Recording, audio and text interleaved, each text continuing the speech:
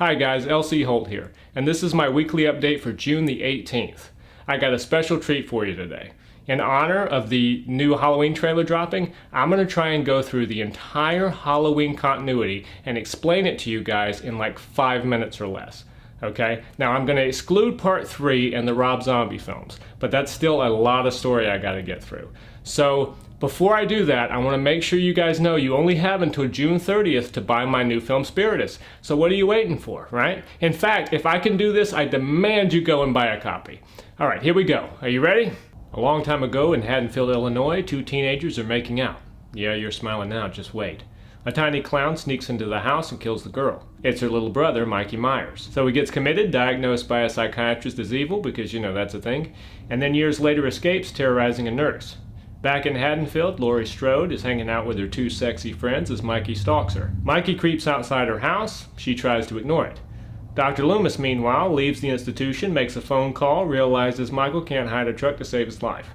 He goes to the cemetery, finds the sister's gravestone missing, talks to the sheriff, who moments earlier showed us he wasn't a very good sheriff because he couldn't smell weed in a closed car. Mikey follows the girls to their babysitting jobs. Laurie's watching a whiner with a boogeyman obsession. Meanwhile, Annie tries to get some while wrangling this little monster.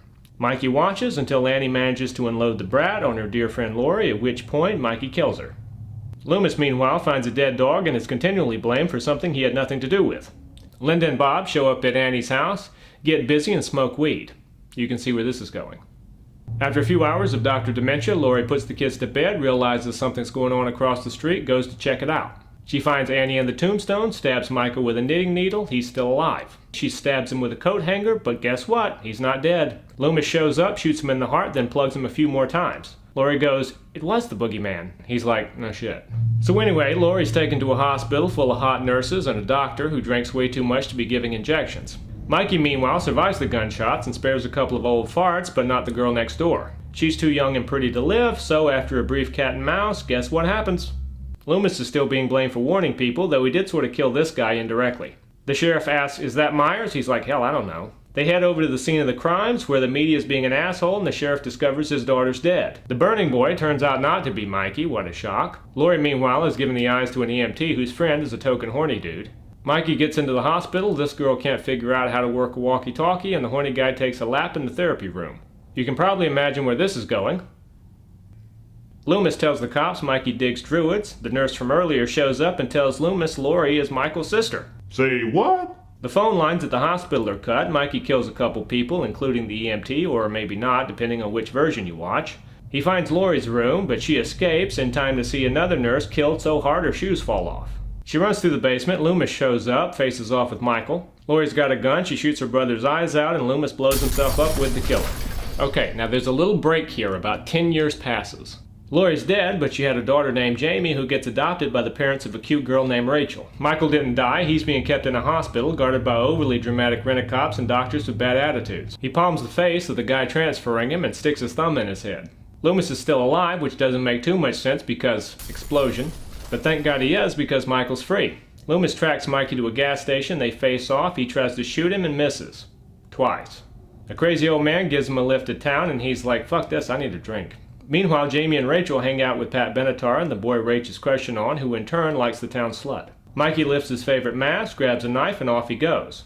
There's a new sheriff in town, but he's not very good at protecting people, obviously. The good news is he knows how to use a shotgun, and he lights Michael up. Jamie and Rachel survive, as does Loomis, but Jamie goes nuts and is put in a hospital, so Loomis can constantly harass her. Rachel takes a shower. Loomis tries to warn her, but she gets killed anyway, only to be replaced by an annoying character nobody likes. More kids are introduced, only to be killed by Mikey and his new tattoo. Cats are found, virginity is lost, heads roll. The new girl goes down, the audience applauds. We return to the Myers house, which looks nothing like the Myers house we saw before. Jamie is used as bait, so Loomis can finally chat it out with Mikey, and then they cuddle. Now, there's a lot of stuff in there about the man in black and the curse of the thorn. Ultimately, that doesn't really mean very much. All you need to know is Jamie got recast, her uncle knocked her up, a bunch more people get killed, including her. A redhead, who's like Laurie's cousin or something, meets Loomis. Ant-Man shows up, and him and Loomis try to save the baby. Of course they do, but Michael's trying to kill them. Long story short, Donald Pleasance deserved a better movie than one where a kid can't tell blood from rain. Now, the reason I breezed through that film is because, number one, I don't like it very much, but number two, it doesn't really matter, the story of it, because Hollywood hit the proverbial reset button. Lori's still alive. Actually, she faked her death, and she has a son, not a daughter. The son in question's having an affair with Heath Ledger's wife, Jack Twist, Jack Nasty. They have some friends, and of course it doesn't end well for them. Jamie's getting it on with the guy from Chicago Hope. LL Cool J's manning the gates. Her mother's looking for discount motel rooms, and her boyfriend gets skewered. Cool J survives because he's popular, and so does Lori, but not before she has a moment of bonding with her brother. They hold hands, and she chops off his head. It'd be great if it ended there, but unfortunately it did not. Come to find out, it was the wrong guy's head she chopped off, and Michael's still after her. He drops her off a roof, and she dies. Again, that would have been a better place to end it, but we have to sit through another hour and a half involving a number of forgettable characters in a forgettable situation.